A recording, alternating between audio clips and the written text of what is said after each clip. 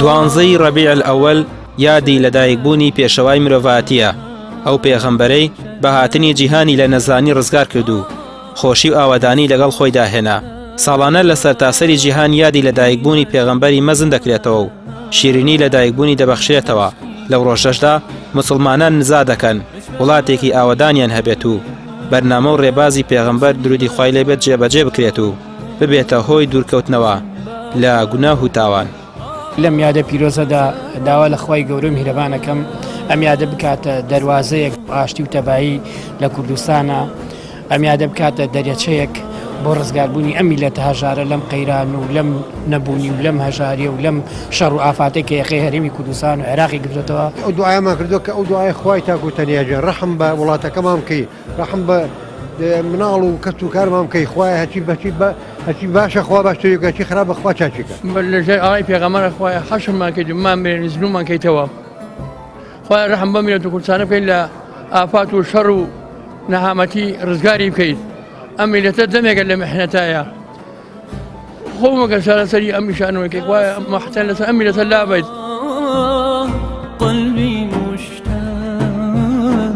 لە زۆربەی مزگەوتەکانی سلێمانی شیرنی لەدایکبوونی پێشەوای مرۆڤایەتی بەخشرایەوە.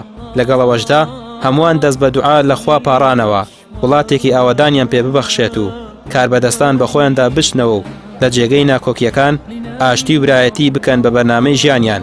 مامۆستایەکی ئاینیش دەڵێت پێویستە هەموو ڕۆژێک یادی پێغەمبەر درودی خوای لێبێت بکرێتەوە و لە یەک ڕۆژدا قەتیز نەکرێت.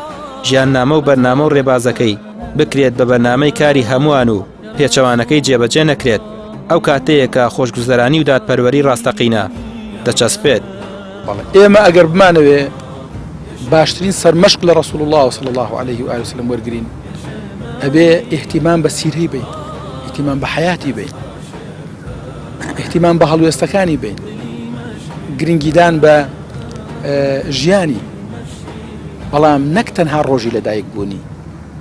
چونکە پێغەمبەری خوا صلی الله عليه و آله وسلم کارە هەرە گرنگەکەی لەکەیەوە دەست پێەکە، لە دواوی کە رب العالمین وحی بۆ ئەنێرە پێ ئەفەرمی ئیقڕە، لێوە دەست پێەکە.